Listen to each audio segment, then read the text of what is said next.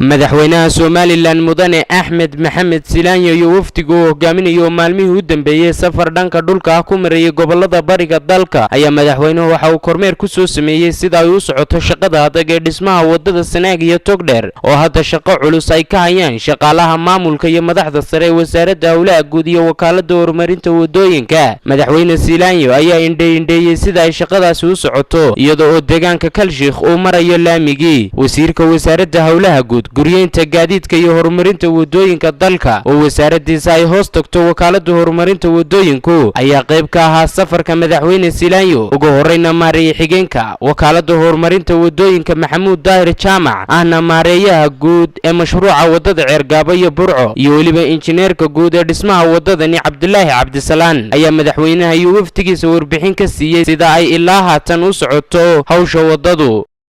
madaxweyne wadada muddo 2 sano iyo bar ayay socotay sida la socotay waxay maanta maraysaa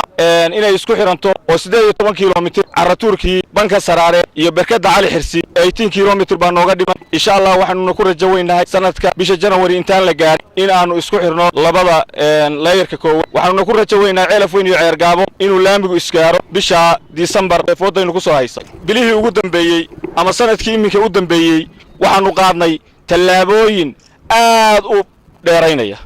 waxaanu qaadnay xagga qalab aad u fara badan, gaadiid aad u fara badan. wadadu sanadka hor waxay taagnayd 14 kiiloomitir laakiin maanta waxay maraysaa 8 kiiloomitir wax ku dhow halka iyo 40 kiiloomitir wax yar ka dhiman yihiin oo xagga waridaada oo laami ah iyo intii kale oo ay 12 kiiloomitir ka dhiman tahay in layerkii koowaad isqabsado. wasiirka wasaaradda hawlaha guud mudane Cali Xasan Maxamed Cali Mareexan ayaa madaxweynaha isna dhankiisa uga warbixiyay shaqadan dhismaha wadada Burco iyo Ceergaabo. 12 bilood markii aan marayay meesha la yiraahdo waana markaa wadadu soo gaadhin oo aan hadal hayno buskaas oo kala ah sidoo kale odayaashii deegaanka oo dhameeyay ugu soo shireen waxay igu yiraahdeen wadada Ceergaabo buu wasiir xaggan uun bay naga xigtaa sanad baan u maqan ama waadna soo dhaafin doontaa wada shaqaysay noqon ama de sidii hore loo horeeyay hore u shaqayn jiray uun bay Ceergaabo ka soo socotaa una la oran doono iminka ku amaani meeyna waxana kale ku sheegi meeyna ama wadadu wayna soo dhaafin oo waad shaqayn ama sida horanba halkaas in lagu sheegi doono oran doona Ceergaabo ka soo socota 3 bilood kadib baan maray iyadoo soo dhaaftay dabadeedna wuxuu yiri balantii waad ka soo baxday labadoodu way dubayno tifiyada waa laga siiday balantii waad ka soo baxday laakiin firikaabo qodna iminkana waynu sii mari doonaa odayaal waxa noo dheeraaday oo ay tahay runtii in la sheego oo aan la qarin. madaxweyne waxaana lagu wareejiyay oo garhka la geliyay 5 milyan lacag gaaraysa oo deyna oo maanta ka hor aan ka 15ka erligiisa markaas aan naga furfura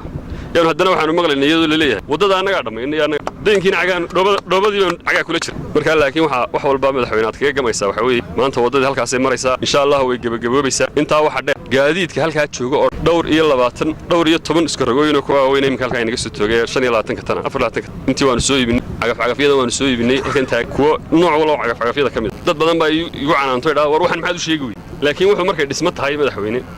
dhismo waa wax la taaban karo imka guri hadda dhisto gurigu uu dhismay weey qofna oran ma gurigii muu dhismay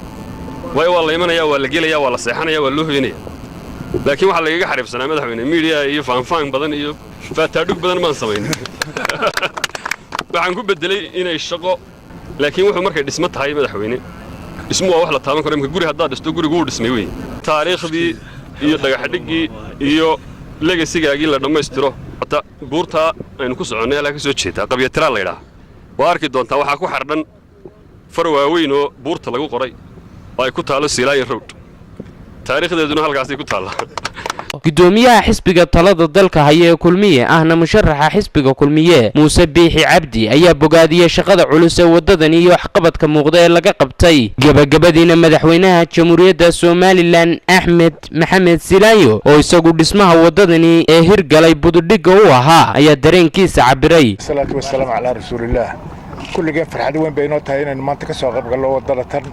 Ceergaabo aynu arkayno ahmiyadii halkay marayso. waxaan leeyahay iskaarsiintu aad bay muhiim u leedahay dalka oo dhan.